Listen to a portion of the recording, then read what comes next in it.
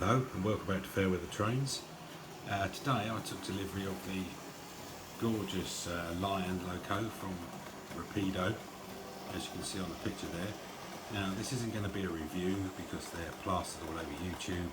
There's no need for me to do that. I should point out maybe that the cheapest place I could find it from was from TMC, the model centre. They're about the same price, give or take a few pence, but you don't pay postage, so you're saving 4 to 5 quid on Hattons or Rouse of Sheffield type prices. Just thought I'd point that out. Great service with them as usual. That's as far as I've got with the unboxing so far, but I just wanted to point out a couple of things that are in the manual here, which is a lovely bit of work actually, with lots of information in there. But there's a couple of things in there that, of all the reviews on YouTube, I haven't seen anyone mention. Now the first is, it mentions in the book, this is on DC by the way, that it's got a 21st century motor, as they call it, that are much more sensitive to voltage spikes. So it tells you that you should avoid certain controllers, and I know some of these controllers are quite popular. I've got some myself. So it says analog controllers to avoid are anything older than 30 years, especially things like Hammond & Morgan duets or clippers,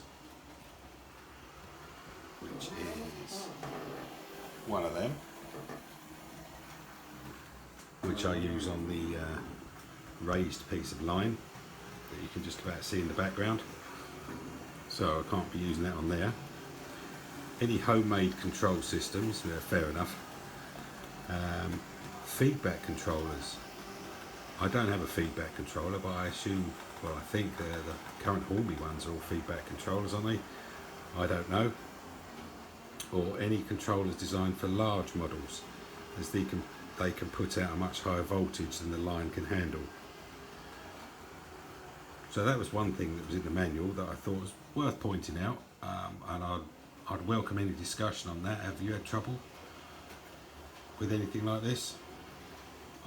I haven't so far. It also says you should avoid electronic track cleaners, which I do use. I use a Gauge Master HF2. Sorry, I had to go and have a look what it was called, I couldn't remember. Gauge Master HF2. I use it on my main 2 lines. Works really well, does the trick. But I guess I'll have to turn it off for this, because the last thing I want to do is fry it. Personally, I think this sort of information should possibly be on the box. I don't know how important it is. Maybe they're just covering themselves, or you really shouldn't do it. Also, further on in the manual, in typical Rapido humorous style, it says, we try to make our models courier and mail proof, but there's really no way to protect a model from damage when it is used in a game of football at your local distribution centre. Model trains generally don't survive well after being volleyed into the top corner to give the warehouse handlers a 2-1 victory over the lorry drivers. And no, it wasn't offside. I like a bit of humour in my manuals. They're terrible if they're a bit too dry, and it shows someone's actually thought about what they're writing, instead of it being a big copy paste with the wrong model on it. Hornby. So yeah, that's all I wanted to say really. I welcome a discussion on if anybody's had any thoughts on not using track cleaners and certain types of controller. I mean, my main controller is a Morley, so I shouldn't have any problem with that. That's not feedback, and it's newish, and he's known for giving a nice clean signal. But tell me, what do you think?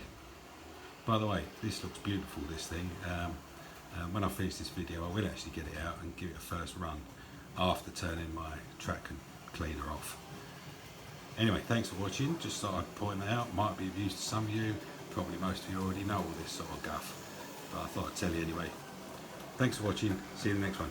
Bye for now.